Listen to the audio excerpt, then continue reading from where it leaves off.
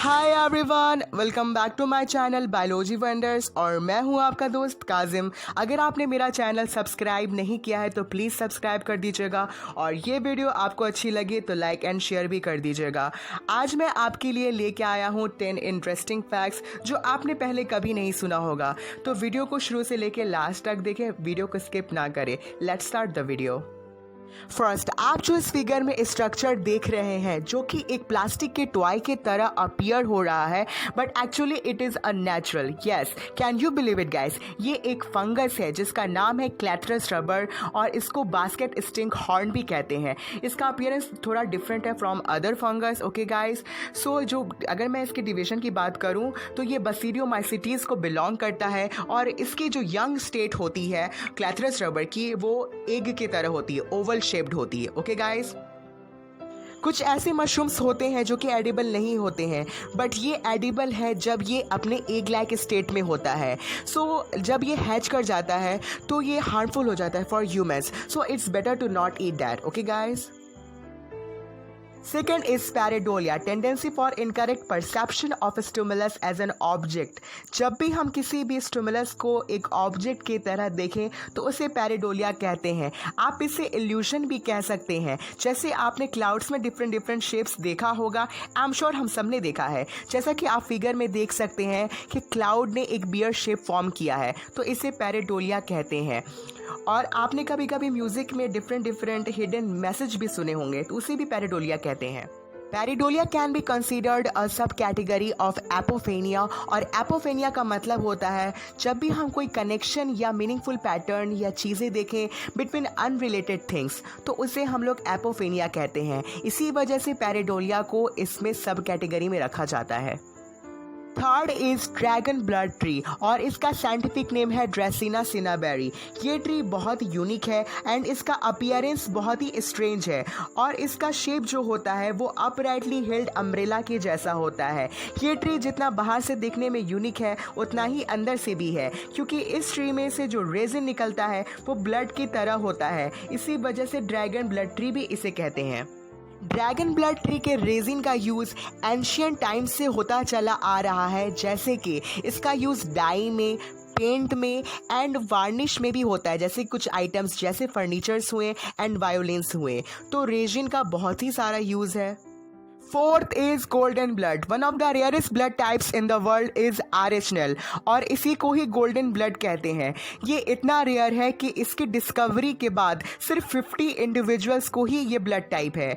जिन लोगों में ये ब्लड टाइप्स पाए जाते हैं उनमें RH एंटीजेंस नहीं होते, जिस वजह से इनके जो RBCs के जो शेप होते हैं वो एबनॉर्मल होते हैं। Fifth is bumble B bat और किटीज हॉग नोज्ड बैट। ये दुनिया का सबसे छोटा मैमल है जो कि एक बैट है, smallest mammal in the world. इसका वजन सिर्फ 2 ग्राम होता है और ये ज़्यादातर इंसेक्ट खाते हैं और इसका जो साइज होता है वो 29 to 33 mm होता है। सिक्स्थ, आपने ये सुना होगा कि जो फॉरेंसिक साइंटिस्ट होते हैं वो डेथ कब हुई थी और डेथ का कॉज क्या है ये बताते हैं। तो क्या ये आप जानते हैं कि वो ये कैसे बताते हैं? जैसे ही एक इंसान मरता है तो उसके बॉडी से, उसके डिकेइंग बॉडी से बहुत सारे इंसेक्ट्स उनकी बॉडी पे अट्रैक्ट होते हैं।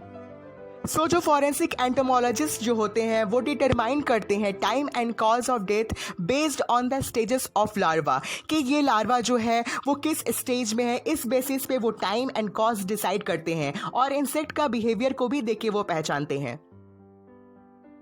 सेवंथ इज मे फ्लाइज और वन डे इंसेक्ट्स। इनको वन डे इंसेक्ट्स इसलिए कहते हैं क्योंकि इनका शॉर्टेस्ट लाइफ स्पैन होता है पूरे वर्ल्ड में, only 24 hours. Can you imagine guys, only 24 hours और one day. There are 2500 different species of may flies in the world. May flies, कुछ मे फ्लाइज के जो मेंबर्स होते हैं वो फ्यू आवर्स में ही डेथ कर जाते हैं। मे फ्लाइज जो होती हैं वो ज़्यादातर अपना टाइम एज अ निम्फ बिताती हैं। सो इतने छोटे से टाइम में they make a group and they dance together. Eighth is Edward Modric. ये बहुत ही स्ट्रेंज था डॉक्टर्स के लिए एंड साइंटिस्ट्स के लिए, क्योंकि जब ये एडवर्ड मॉड्रिक बॉर्न किए तो इनके पास टू फेस था, एक बैक में था और एक फ्रंट में था। जो बैक वाला फेस था वो सिर्फ लाफ एंड क्राई करता था। तो एडवर्ड मॉड्रिक बहुत अपसेट रहते थे, वो हमेशा डॉक्टर्स के सामने बेग करते थे क्योंकि आप इसे रिमूव कर दें, क्योंकि रात में मेरे साथ बहुत ही हॉरिबल थिंग्स होती हैं, ये फेस करता है। So he committed suicide at the age of 23। ये बहुत ही स्ट्रेंज फैक्ट था आप लोगों के लिए। नाइन्थ, क्या आप ये जानते हैं कि फ्लेमिंगो बर्ड का जो कलर होता है वो नेचुरली वाइट होता है। अब आप ये कहेंगे कि हमने तो उसे पिंक कलर में देखा है।